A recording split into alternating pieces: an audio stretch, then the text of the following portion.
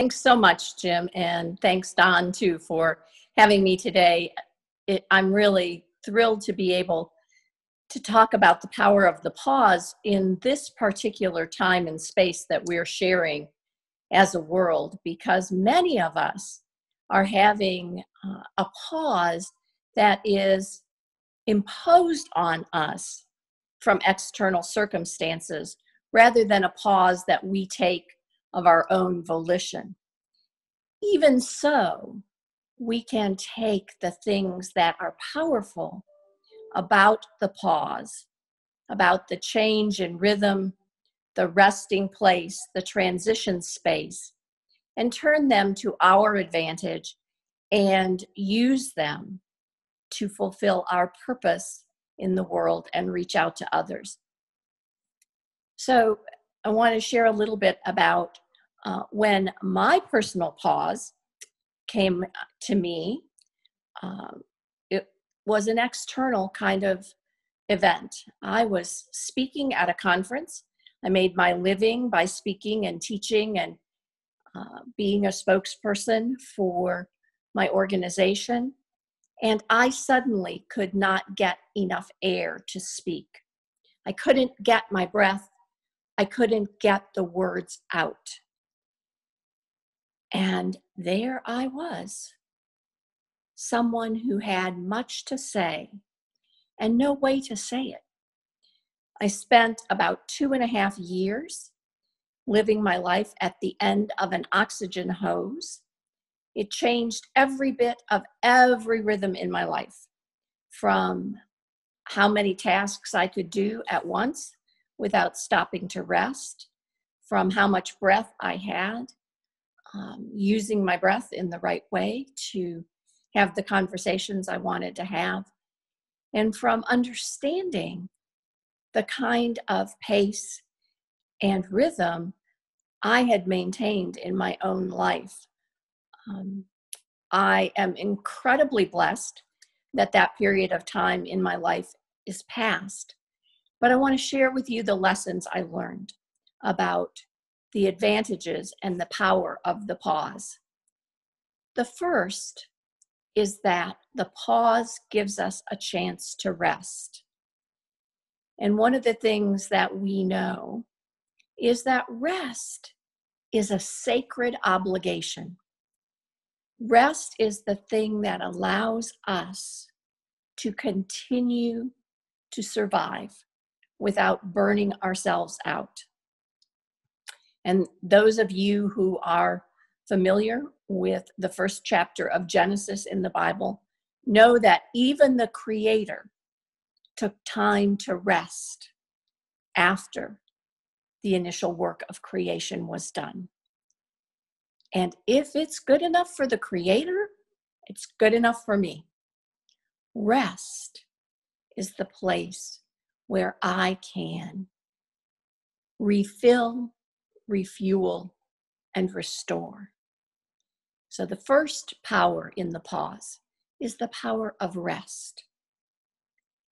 The second power of the pause is the power of reflection. And Catherine talked about this very same kind of thing, going inside, finding what is our inner truth, finding what really is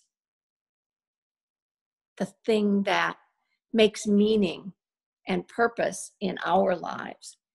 And in reflection, I think we are able to hear what I would say is the God whisper.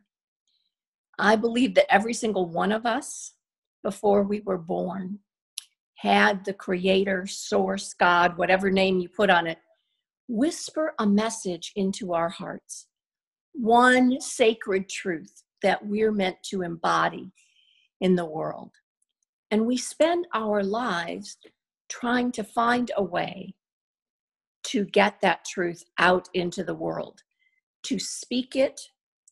Some of us do it through our work. Some of us do it through our relationships, through nurturing children, through our creative pursuits. But every single one of us has that God whisper inside. Now, when we're in the pace of the busy, hurried, workaday world, sometimes we don't have the space to listen to that God whisper.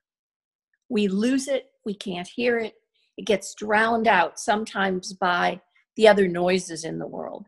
The noise of speed and obligation, the noise of greed, sometimes the noises of fear or anger or hatred. All of those things can obscure and mute the God voice that's in us. When we pause, we make space for the God voice to rise up, to hit our ears, and to fill our hearts. We hear the one piece of the great divine truth that we're meant to embody in the world and that we bring out into the world. When we all are able to speak that divine truth, that's when we will have that unified humanity. So being able to reflect, to go deeply, and to listen is a really important part of the power of the pause. We also can refocus. Once we hear that deeper voice, that God whisper, we may find out that we have been aiming, moving, running in a direction that's not necessarily consistent and aligned with what that God whisper is. And so the power of the pause gives us a chance to adjust our sights, to move our viewpoint to the right point on the horizon. Some would call it being able to see the North Star. But when we can refocus, move our view into that one shining truth and take away the things that are distracting us from that vision, that's a really important part of what we can do when we pause. And finally, one of the things we can do with the pause is to reset the rhythm. If you're a musician, you know that sometimes when the time signature in music changes, there is a pause, an actual rest put into the score to allow the musicians, those who are putting their instruments down to do that, those who are picking their instruments up to do that, and to change the pace at which the sound is generated.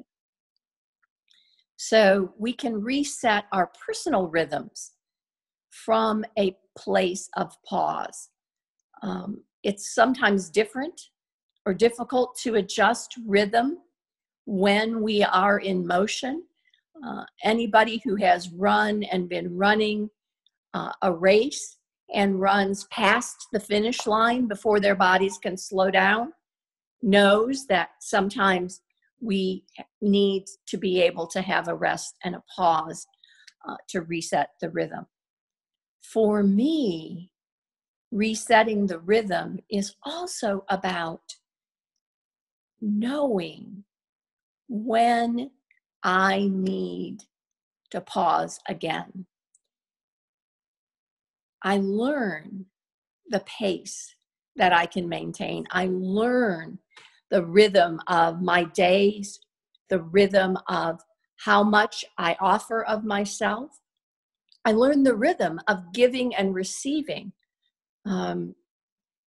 My friend and mentor, Burge Smith-Lyons, talks about giving and receiving being the same energy. And so in the pause, I can give myself the opportunity, if I've been giving, to receive and be in that energy.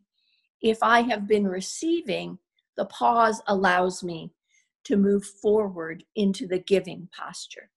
So resetting the rhythm And again, we are in an incredible time in our shared rhythm as a society, as a world. We have some people who are having to keep up a frantic pace as they race ahead of the virus.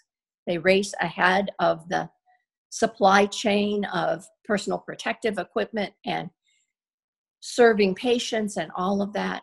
Those folks are going at a breakneck speed to contain the virus. Others of us, as we sit in our homes and our movements are restricted and our jobs are put on hold and all of that, our rhythm has changed from moving fast to moving slower. And sometimes we notice what are the things that we've not seen as we've been moving quickly. I liken this to this sense of this thinking about if you've ever ridden a train, you know, when the train is parked at the station and you look out the window of the train, you can very clearly see the landscape outside. You can see the field and the farmhouse and the trees. As the train picks up momentum and moves faster and faster, the landscape becomes a blur. And it's hard to pick out any one thing on that landscape to focus on. The pause lets us sit at the station again for just a minute to know exactly what it is we're looking at. And so to just reset the rhythm. As speakers, and many of the audience here today are folks who like me, are public speakers. As speakers, we focus a lot on the words we say and on what it is that we are talking about. The pause gives us a chance to listen to our audience. When we are on a stage or even in making this presentation, the pause gives our audience a chance to take in what we've said, to run it through their own filters and understandings and their own place of receiving, and to join us in what it is we're sharing from the stage, to make it their own. If we never pause when we're standing on that stage, we never give the audience a chance to really join with us and become part of what it is we're sharing. Now, I have heard a lot of speakers and I have given a lot of speeches. And I will tell you that many of us don't use the pause as well or as powerfully as we could. So I'm urging all of you to think about how you can deliberately use a pause to pull someone in, to engage them, to let their heart join with yours in the truth you're telling through your speech. When we use the pause, we also use the connection that the pause affords us. So I think that we are at a point where instead of resisting and rebelling against the pause that has been brought to us, we can welcome it, find its gifts, and do that rest, that resetting, that reflection that allows us to make better connection with ourselves, our sacred truths, and most importantly, with each other. So that's my wisdom of the power of the pause. And I'm Gail Dixon. You can find me at masterfulmessaging.com or email me at gail@masterfulmessaging.com. I'd be happy to share with you both the power of the pause and the power of the message that contains that sacred pause. Thanks.